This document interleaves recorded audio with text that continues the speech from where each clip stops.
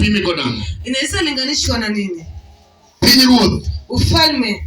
Mangato donje. Ambao mtu anaingia. Ingeni kapoko wari. Unajua kabla hujaokoka. To ini pinyruoth majachiel. Unakuwa katika ufalme wa kishetani. Au pinyruoth makoru. Ama ufalme wa kwenu.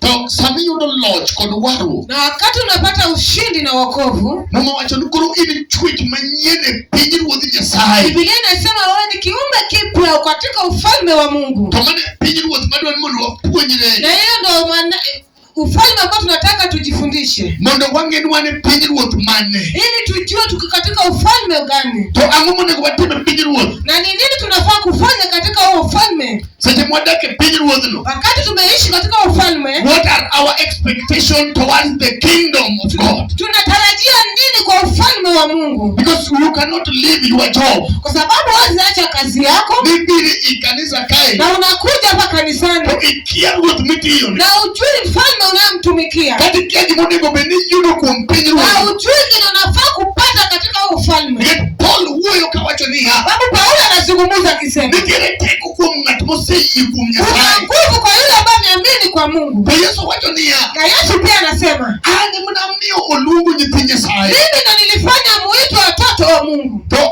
mano obiro nango. Inamaanisha nini? Mano pinyruoth Nyasaye. Hiyo ni ufalme wa Mungu. To pinyruoth no. Na hiyo ufalme. Sami yudo waru kidonje pinyruoth. Wakati unapata wokovu ukiingia katika ufalme. Yudo teko. Unapata nguvu.